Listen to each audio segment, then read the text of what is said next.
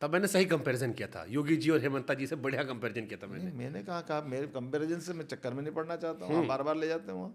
आपको दोनों में ज्यादा पसंद कौन आता आपको? मैंने क्या कहा, ये तो दोनों काम देख रहे हो आप। देखो दोनों सीनियर है, दोनों वरिष्ठ है, वो अपना काम कर रहे हैं, हम लोग उनकी तुलना में तुलनात्मक रूप से किससे इंस्पिरेशन लेते हो आप पॉलिटिक्स में, एक्सेप्ट मोदी जी, मोदी, शाह, नड्डा जी छोड़ के? क्यों? ये तीन तो आपके टॉप लीडरशिप, इनका नाम तो आप लोगे ही लोगे, इसके अलावा किससे इंस्पिरेशन लेते हो तो आप? दूसरे से लेने की जरूरत क्या है? अरे आपके बड़े नेताओं में और किससे लेते अरे हो? यार मोदी जी से बढ़ के कौन आदमी है? आज आप भी कहाँ चक्कर में पड़ो। ये तो सेफ वाला आंसर हो गया। सेफ कहाँ से हो गया है? यही मूल आंसर एक है। रहेंगे तो सेफ रहेंगे। नहीं क्यों, आप बताओ ना। एक के साथ सब, सबके साथ एक, हमारी पार्टी का नारा है। अलग से नहीं है, सबका साथ सबका विकास, सबका नारा है। अब तो नया वाला चल रहा है, बटोगे तो कटोगे। ये मैं नहीं बोलता हूँ, आप इससे यकीन करते हो नारे पे? आप मेरे एक रहेंगे सेफ रहेंगे। जबरदस्त सर, जबरदस्त। और आगे नाम जैसे बदले जाएंगे, शहरों के, पंचायतों के, शहरों के भी नाम बदलोगे? देखिए भाई, ये सरकार चलाना ये पूरी 5 साल की व्यवस्था रहती है। ठीक है। तो निर्वाचन के बीच में ऐसे आने वाले सारे प्रस्तावों पे उनके गुण दोष के आधार पर निर्णय करते जाएंगे। महाकाल का कितना इम्पैक्ट आप पर रहा है?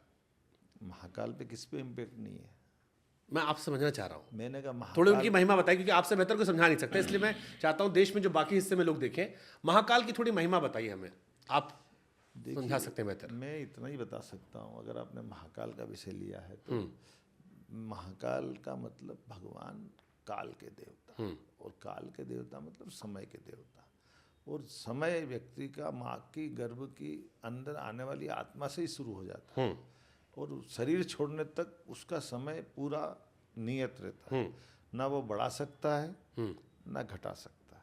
लेकिन इस लोक में, मृत्यु लोक बोलते हैं इसको, अगर वो धरती पे आता है तो अपने समय का जो बेहतर से बेहतर उपयोग करेगा वो ही स्मरणीय रहेगा।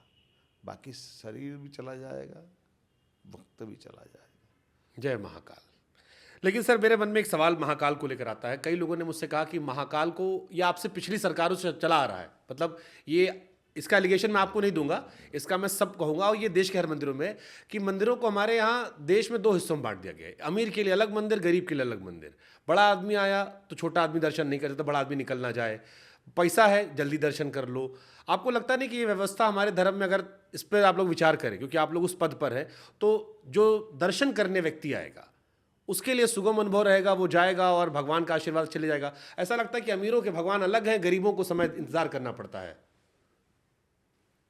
ये एक मंदिर की कहानी नहीं बता रहा हूं, ये देश के हर बड़े मंदिर की, लेकिन क्योंकि मैं और आप बैठे हैं उज्जैन में, तो मैं उज्जैन के संदर्भ में आपसे पूछ ले रहा हूँ। देखिए क्या हो गया, मैं आपसे 100% सहमत हूँ। हमने काफ़ी बदलाव किए हैं, सुधार भी किए हैं उज्जैन बाबा महाकाल की नगरी में। और ये बात भी सही है कि हमने महाकाल पर पूरे ध्यान देश का जाए, इसलिए कई प्रकार के विकास के काम भी किए हैं। क्योंकि मैं तो उज्जैन से ही बाल्यकाल से जुड़ा हूँ, इसलिए बाबा महाकाल की वैभव, उनकी गाथा, उनकी विशेषता, उनके दर्शन का लाभ अधिकतम लोग उठाए। इसलिए हमने बाबा महाकाल के महालोक का भी निर्माण कराया। सामने बैठ करके 17-18 तरह से अलग अलग रोज आ सकती व्यवस्था भी बनाई। और खासकर मेरी सरकार के बनने के बाद भी हमने उसमें काफ़ी सुधार किए। जैसे उदाहरण के लिए ये भस्मारती का बहुत आकर्षण रहता था, तो भस्मारती में हमारी सारी क्षमता मिला ले तो 2200 से लोग ज़्यादा नहीं बैठ पाते।